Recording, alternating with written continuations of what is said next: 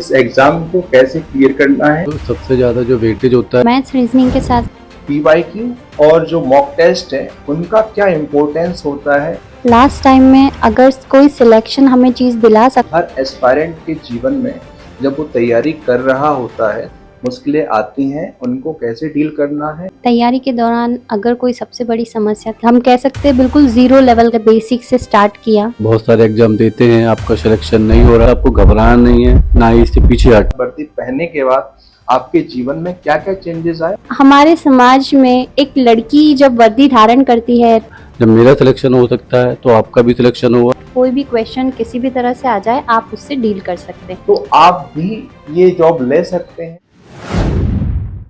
जय हिंद दोस्तों, मैं एएसआई गोविंद धाकड़ एमपी पुलिस और मैं आज आपके बीच में लेकर आया हूँ बहुत ही खास टॉपिक, जिसके लिए मैं मेरे साथ में है एमपी पुलिस कांस्टेबल के दो सिलेक्टेड कैंडिडेट जो आज आपको बताएंगे कि इस एग्ज़ाम को कैसे क्लियर करना है, कौन सी किताब पढ़नी है, पीवाईक्यू और मॉक टेस्ट लगाना है या नहीं लगाना है, और इन सब चीज़ों पर अपन डिस्कस करने वाले हैं।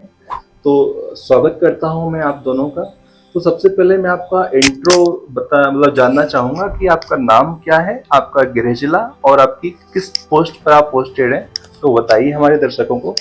जय हिंद सभी को। मैं सतीश पटेल, मेरा जो होम डिस्ट्रिक्ट है वो पन्ना है। मैं अभी वर्तमान में मध्य प्रदेश पुलिस में आरक्षक पद पे सिलेक्टेड हूँ। जय हिंद सभी को, मेरा नाम स्वाति शर्मा है, मैं नीमच जिले से बिलोंग करती हूँ और मेरा अभी वर्तमान में आरक्षक पद पर चयन हुआ है। ओके, तो दोस्तों जैसा कि आप सभी जानते हो आने वाले 30 दिनों में ये एमपी पुलिस का एग्जाम स्टार्ट होने वाला है। तो हम नेक्स्ट क्वेश्चन ये रखेंगे कि आपको जो तैयारी कर रहे हैं तो 30 दिनों में किस टॉपिक को पढ़ना है, किस सब्जेक्ट को पढ़ना है, तो इन सारी चीज़ों का अनुभव ये सिलेक्टेड कैंडिडेट बताएंगे। स्वाति जी आप बता दीजिए पहले कि नए स्टूडेंट्स को क्या पढ़ना चाहिए आज के टाइम और क्या नहीं पढ़ना चाहिए, मॉक टेस्ट लगाना है नहीं लगाना है वो भी बता देना। सर, जैसा कि हम सभी जानते हैं, क्योंकि अभी समय हमारे पास कम ही है, ज़्यादा नहीं है, तो मैं यही कहना चाहूँगी कि जो भी बच्चे तैयारी कर रहे हैं, जो उन्होंने पुराना पढ़ा है 6-8 महीने से जो वो पढ़ते आ रहे हैं, उसी पर अगर वो ज़्यादा फोकस करें, रिवीजन करें उसका मैक्सिमम टू मैक्सिमम। अगर आपके किसी चीज़ में कंसेप्ट्स क्लियर नहीं है तो उन्हें क्लियर करें और प्रैक्टिस पर ज़्यादा ध्यान दें, तो उनकी तैयारी अच्छी हो सकती है। और जैसा कि आप लोग जानते हैं कि इसमें सबसे ज़्यादा जो वेटेज होता है वो मैथ रीजनिंग का होता है।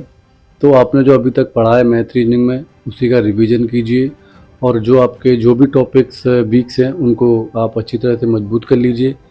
और रीजनिंग पे आपको भी फोकस करना है। जैसा कि आप लोग जानते हैं कि रीजनिंग में 35 क्वेश्चन आते हैं जो कि किसी एग्ज़ाम को क्वालिफाई करने के लिए सबसे ज़्यादा मायने रखते हैं। और मैथ में आपके 30 क्वेश्चन आएंगे, उसको भी आपको अच्छे से कवर करना है। स्वाति जी मैं आपसे ये जानना चाहूँगा कि इसमें कोई जो अभी तैयारी कर रहा है एस्पायरेंट है उसको जीके जीएस पर भी ध्यान देना आवश्यक है या फिर मैथ्स रीजनिंग से काम चल जाएगा। जी सर, बिल्कुल। मैथ्स रीजनिंग के साथ साथ जीके जीएस पर भी हमारा फोकस अच्छा होना चाहिए। हम जानते हैं कि 20 मार्क्स की उसमें जीके आती है, जिसमें एमपी जीके और इंडिया जीके दोनों इंक्लूडेड है, और 15 मार्क्स का साइंस का वेटेज है जो एक बहुत ही अच्छा वेटेज है। अगर आप 35 marks maths reasoning 35 + 30 65 marks maths reasoning में कवर कर सकते हैं और 15 to 25 मार्क्स अगर आप जीके जीएस में कंप्लीट कर सकते हैं तो आप एक अच्छे स्कोर के साथ सिलेक्शन पा सकते हैं।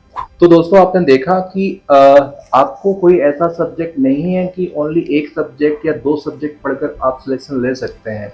आपको सारे सब्जेक्ट पर ध्यान देना पड़ेगा। और दूसरी बात, आपको अभी नया कंटेंट नहीं पढ़ना है, जो भी आपने अभी तक पढ़ते आए हैं उसी पर आपको फोकस करना है, उसी को बार बार रिवीजन करना है, यही आपका काम होना चाहिए। अब मैं बात करूँगा नेक्स्ट क्वेश्चन कि पीवाईक्यू और जो मॉक टेस्ट है उनका क्या इम्पोर्टेंस होता है। तो स्वाति जी आप अपना अनुभव बताइए कि क्या मॉक टेस्ट एंड पीवाईक्यू क्या रोल रखते हैं एक सिलेक्शन लेने के लिए, स्कोर गेन करने के लिए, तो आप इस पर थोड़ा सा अपना विचार रखिए। सर, पीवाईक्यूज एक बहुत इम्पोर्टेंट रोल प्ले करते हैं लास्ट टाइम में अगर कोई सिलेक्शन हमें चीज़ दिला सकती है तो वो सिर्फ PYQs की प्रैक्टिस दिला सकती है, क्योंकि उसकी लगातार प्रैक्टिस करने से हमारा माइंड सेट वैसा ही बन जाता है, हमारी प्रैक्टिस हो जाती है, हमें एक ऐसा एनवायरनमेंट मिलता है, हम क्वेश्चन से कैसे डील करना है वो चीज़ भी सीखते हैं, और कैसे हम क्वेश्चन को हैंडल करते हैं, एग्ज़ाम प्रेशर को हैंडल करते हैं, ये सारी चीज़ें हमें सीखने को मिलती है PYQ क्वेश्चन प्रैक्टिस करने से। उसके साथ ही आप मॉक टेस्ट भी दे सकते हैं। इससे हमें पता चलता है कि हम कहाँ पर लैग कर रहे हैं हमारी तैयारी में, हमारा कौन सा कंसेप्ट वीक है, किस सब्जेक्ट पर हमें ज़्यादा फोकस करना है। अब मैं सतीश जी से बोलूँगा कि वो भी अपना अनुभव रखें और बच्चों को बिल्कुल सही गाइडेंस, अपने छोटे भाई को जैसे गाइडेंस करोगे आप, उसी प्रकार से आप अपने दर्शकों को भी आप गाइड करिए। जी बिल्कुल सर, जैसा कि स्वाति जी ने बताया है कि PYQ और मॉक टेस्ट का रोल सबसे ज़्यादा रोल होता है, तो आप PYQ और मॉक टेस्ट पर ध्यान दीजिए, जिसमें आपकी स्पीड और आपको जो क्वेश्चन से डील कर सकते हैं उसका आपको पैटर्न पता चलेगा। और जो रिसेंट एग्ज़ाम हो रहे हैं उनका आप सेशन देखते रहिए और जो क्वेश्चन आते हैं उनको कंप्लीट करके रखिए। ओके, तो दोस्तों अब मैं नेक्स्ट क्वेश्चन की ओर बढ़ूंगा। सबसे बड़ा क्वेश्चन ये है कि हर व्यक्ति के, हर एस्पायरेंट के जीवन में जब वो तैयारी कर रहा होता है तो कहीं ना कहीं मुश्किलों से डील करना पड़ता है, मुश्किलें आती हैं, उनको कैसे डील करना है हम जानेंगे सिलेक्टेड कैंडिडेट से कि इन्होंने अपने जीवन में जो भी मुश्किलें आई थी तो उन्होंने कैसे उनको डील किया और उससे छुटकारा पाकर अपना सिलेक्शन पक्का किया। जी सर। सर, मेरी तैयारी के दौरान अगर कोई सबसे बड़ी समस्या थी तो वो ये थी कि मेरा मैथ्स बहुत ज़्यादा वीक था, जिस पर, और हमें पता है कि इस एग्ज़ाम में सिलेक्शन लेने के लिए जो सबसे इम्पॉर्टेंट चीज़ है वो मैथ्स और रीजनिंग ही है, तो उस पर मैंने बहुत वर्क किया था। मतलब हम कह सकते हैं बिल्कुल ज़ीरो लेवल का मैथ्स था, तो उस पर सबसे पहले बेसिक से स्टार्ट किया, जो कंसेप्ट्स क्लियर नहीं थे वो कंसेप्ट्स क्लियर किए, फिर धीरे धीरे उसकी प्रैक्टिस करी, प्रैक्टिस बढ़ाई, और ऐसे करके मैंने अपनी मैथ्स को इम्प्रूव किया। अब मैं चाहूँगा कि अब सतीश जी भी अपना अनुभव शेयर करें। जी बिल्कुल सर, आपको लगेगा कि आपका बहुत सारे एग्ज़ाम देते हैं, आपका सिलेक्शन नहीं हो रहा है। जैसा कि मेरे साथ ऐसा हुआ था कि मेरे इससे पहले मेरा रेलवे का रिजल्ट आने वाला था, तो मेरा उसमें सिलेक्शन नहीं हुआ था। तो मुझे लगा कि जब मेरा रेलवे में सिलेक्शन नहीं हुआ है तो इसमें कैसे होगा। तो इस चीज़ से आपको घबराना नहीं है, ना ही इससे पीछे हटना है। आपको अपनी तैयारी को मजबूत करके रखना है, आपका सिलेक्शन होगा। तो चलिए दोस्तों, अब नेक्स्ट क्वेश्चन की ओर आते हैं कि ये सबसे महत्वपूर्ण क्वेश्चन है कि सिलेक्शन से पहले आपकी लाइफ कैसी थी और सिलेक्शन के बाद आपकी लाइफ में क्या क्या चेंजेस आए। तो आप दर्शकों को बताइए कि ये नौकरी लगने के बाद, एक वर्दी लेने के बाद, वर्दी पहनने के बाद आपके जीवन में क्या क्या चेंजेस आए और पहले क्या क्या समस्याएं थी, क्या लाइफ थी, तो वो आप थोड़ा सा अपना अनुभव शेयर करें। सर, जब हम तैयारी शुरू करते हैं तो हमारे आसपास के लोग हमसे ये उम्मीद रखते हैं कि इसका सिलेक्शन नहीं होगा, क्योंकि वैकेंसी इतनी कम होती है और उसमें जो बच्चे पार्टिसिपेट करते हैं, कैंडिडेट्स, वो बहुत ज़्यादा होते हैं, तो सिलेक्शन का रेशियो बहुत ही कम होता है। तो आसपास का वातावरण ऐसा बना देते हैं कि आपका सिलेक्शन नहीं होगा, आप नहीं कर पाओगे। लेकिन हमें इस चीज़ से आगे बढ़ना है, अपने आप पर हमें विश्वास रखना है, अपना कॉन्फिडेंस लेवल बढ़ाना है, अपनी प्रैक्टिस इतनी अच्छी करनी है कि हम लोगों को जवाब दे सके वापस कि नहीं, हम भी सिलेक्ट हो सकते हैं। और जब फाइनल रिजल्ट आया और बहुत लोगों को पता चला तो सभी का यही रिएक्शन था कि आपका सिलेक्शन हो गया है, हमें लगा नहीं था होगा। बहुत सारे सोसाइटी में भी चेंजेस आए हैं, लोगों की धारणाएं बदल जाती है कि आप पहले वो आपको किस नज़रिए से देखते थे और अब अगर वो आपको देखते हैं तो एक रिस्पेक्टफुल निगाह से वो आपको देखते हैं। और हमारे समाज में एक लड़की जब वर्दी धारण करती है तो उसकी रिस्पेक्ट और ज़्यादा बढ़ जाती है। अब सतीश जी आप बताइए, आपका क्या अनुभव रहा। जब आप तैयारी करने के लिए कहीं से जाएंगे किसी शहर में तैयारी करने के लिए, तो आपको लगेगा कि इतने सारे लोग तैयारी कर रहे हैं, तो उन इतनी सारी भीड़ में आपका सिलेक्शन होगा या नहीं होगा, तो आपको इस चीज़ से घबराना नहीं है, ना ही इससे पीछे हटना है। आप अपनी मेहनत करिए और तैयारी को बनाए रखिए, आपका भी सिलेक्शन होगा। जब मेरा सिलेक्शन हो सकता है तो आपका भी सिलेक्शन होगा। तो देखा दोस्तों, आपकी मेहनत कभी बेकार नहीं जाएगी। आप बस मेहनत करते रहिए। अभी जो 30 दिन है उसको अच्छे से सदुपयोग करो और अपना जो भी वीकनेस है उसको स्ट्रांग बनाओ। तो स्वाति जी बताएंगे कि आपको कौन कौन सी बुक्स को पढ़ना चाहिए और कौन कौन सी चीज़ें हैं जो इनका अनुभव सारा बताएंगी। आप तो थोड़ा सा ब्रीफ में बता दीजिए। जी सर, क्योंकि हमारा ये जो पेपर है 4 पार्ट्स में डिवाइडेड है, मैथ्स, रीजनिंग, यस। जीके और साइंस।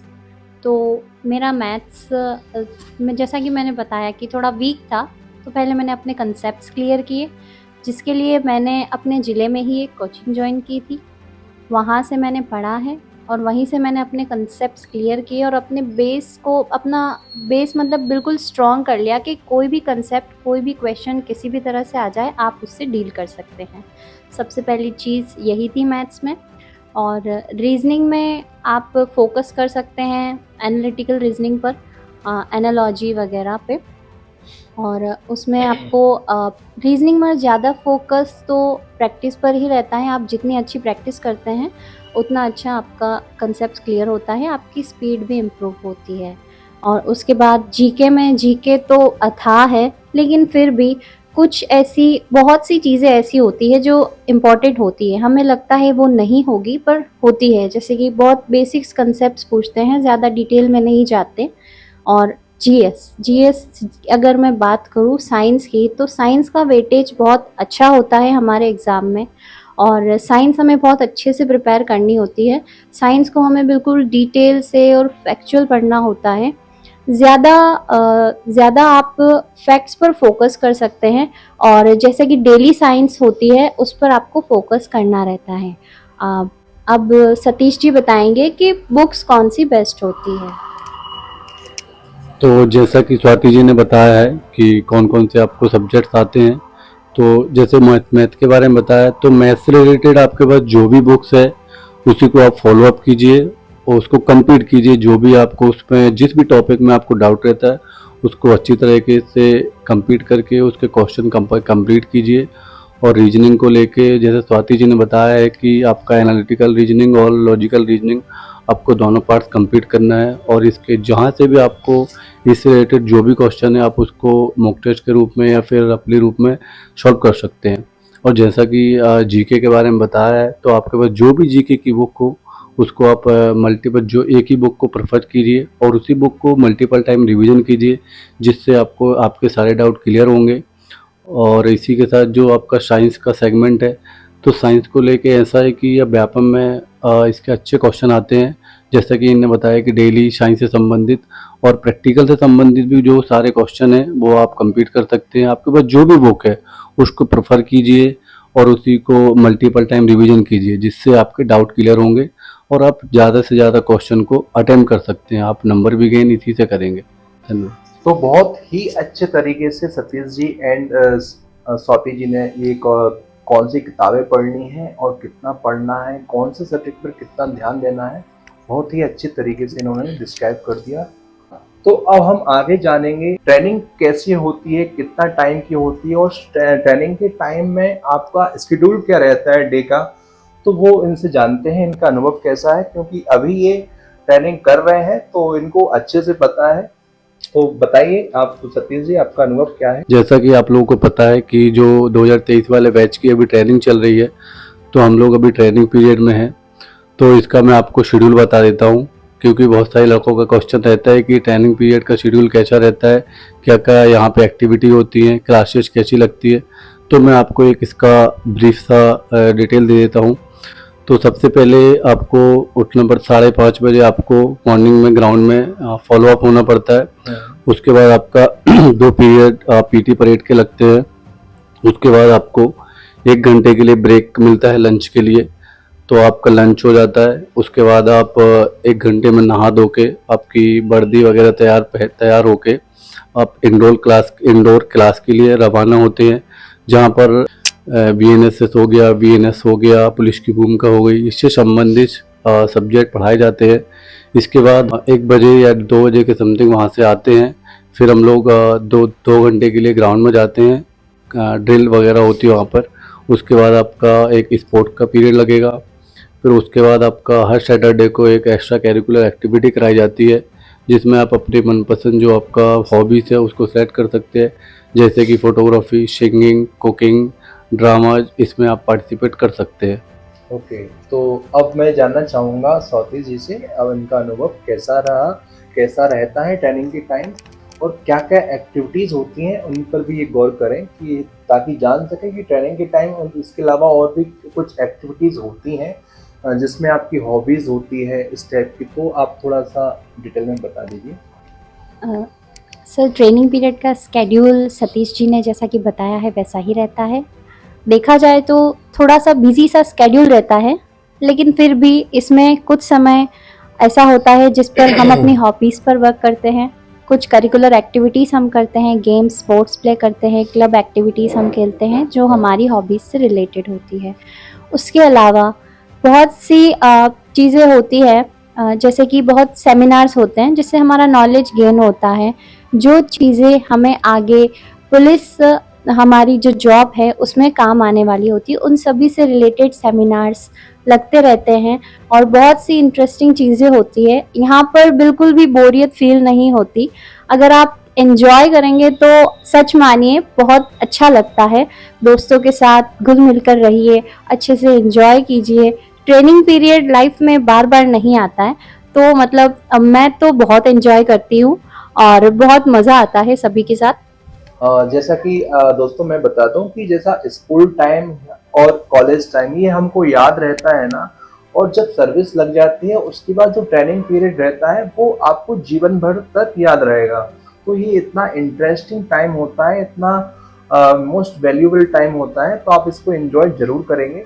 और मैं इसके बारे में और जानना चाहूँगा कि महिला कैंडिडेट है जो सिलेक्टेड है और जहाँ पर पुलिसकर्मी के तौर पर ट्रेनिंग्स के तौर पर ट्रेनिंग कर रही है, तो उनके बच्चों के रखने की भी कोई सुविधा दी जाती है? जहाँ तक मुझे नॉलेज है, तो आपको अगर ये अनुभव हो तो आप थोड़ा सा शेयर करिए, कैसी क्या सुविधा होती है? जी सर, बिल्कुल। यदि कोई शादीशुदा महिला है और हाँ। जिसके बच्चे हैं और अगर वो अपने बच्चों को यहाँ अपने साथ रखना चाहती है, तो यहाँ पर पीटीसी में वात्सल्य नामक एक छात्रावास है, वहाँ हाँ। पर सारी सुविधाएं उपलब्ध हैं। वहाँ पर माता अपने बच्चे और एक अपने अभिभावक को रख सकती है साथ में बच्चे की देखभाल के लिए, और वहीं पर रहकर वो माता अपने बच्चे का भी ध्यान रख सकती है और अपनी ट्रेनिंग भी अच्छे से कर सकती है। तो देखा दोस्तों, अगर आपको महिला कैंडिडेट हैं और आप तैयारी कर रहे हैं तो आप ये बिल्कुल चिंता मत करना कि मैं पुलिस में नहीं आ सकती, क्योंकि हमारे समाज के कई वरिष्ठ लोग ऐसा बोलते हैं कि महिलाओं के लिए पुलिस बनना आसान नहीं है। तो आज आपके सामने उदाहरण है स्वाति जी, तो आप भी ये जॉब ले सकते हैं। अगर कोई महिला कैंडिडेट है तो आप भी पुलिस की वर्दी धारण करके जो समाज में जो अफवाह फैलाते हैं कि महिला कुछ नहीं कर सकती, उनको आप गलत साबित कर सकते हैं। तो दोस्तों, आप में से बहुत सारे कैंडिडेट का ये क्वेश्चन होगा कि ट्रेनिंग के टाइम आपको कहीं बाहर जाना है या किसी काम से जाना है तो आपको छुट्टी मिलती है या नहीं, और वीक में कितने दिन की छुट्टी मिलेगी आपको बाहर जाने के लिए। तो उसका अनुभव भी मैं इन दोनों कैंडिडेट से जानना चाहूँगा, स्वाति जी से भी और सतीश जी से भी। तो आप अपना बारी बारी से अनुभव शेयर कीजिए। जी बिल्कुल सर, जैसा कि आप लोग जानते ही होंगे कि यहाँ पर कोई गवर्नमेंट हॉलीडे तो होता नहीं है।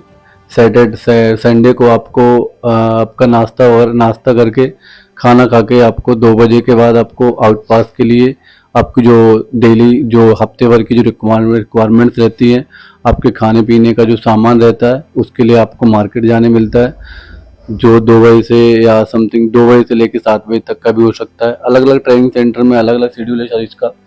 तो इसके लिए आपको यहाँ से छुट्टी मिलती है संडे को, तो आप अपना जो डेली की रिक्वायरमेंट है वो कंप्लीट कर सकते हैं। इसके बाद स्वाति जी बताएंगी।